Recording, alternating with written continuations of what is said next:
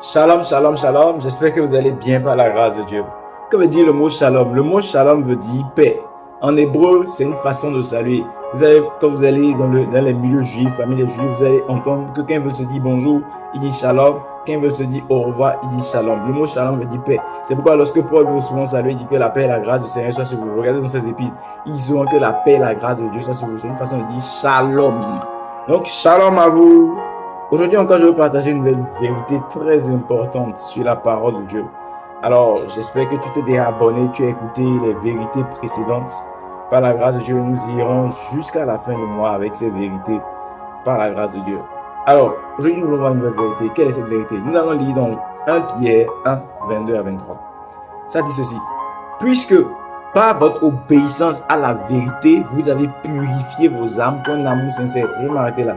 Par votre obéissance à la vérité qui est la parole de Dieu, vous avez purifié vos âmes pour un amour sincère.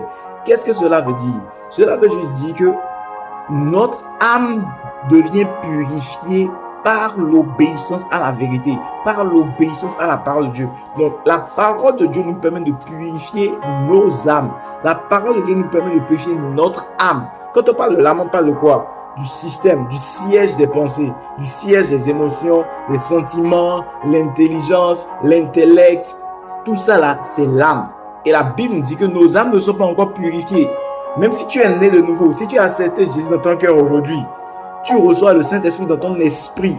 Et ton esprit mort renaît de nouveau. Donc ton esprit devient né de nouveau lorsque tu acceptes la parole de Dieu qui est Jésus-Christ dans ton cœur.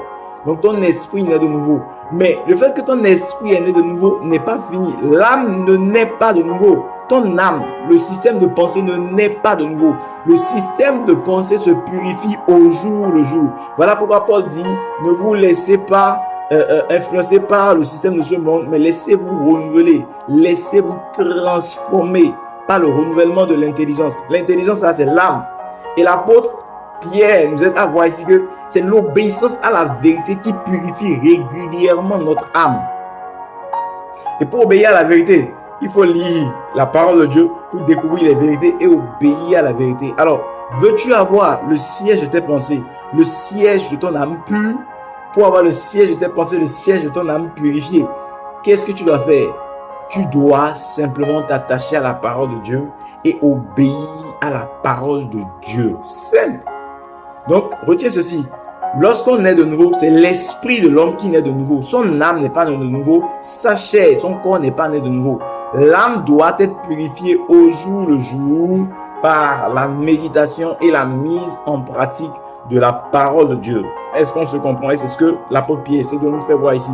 Et il dit, quand votre âme sera purifiée, maintenant vous pourriez aimer les croyants d'une façon sincère. Donc l'âme purifiée nous permet de montrer de l'amour. Il a dit, veillez à vous aimer les uns les autres de tout votre cœur, en recherchant toujours le meilleur pour les autres.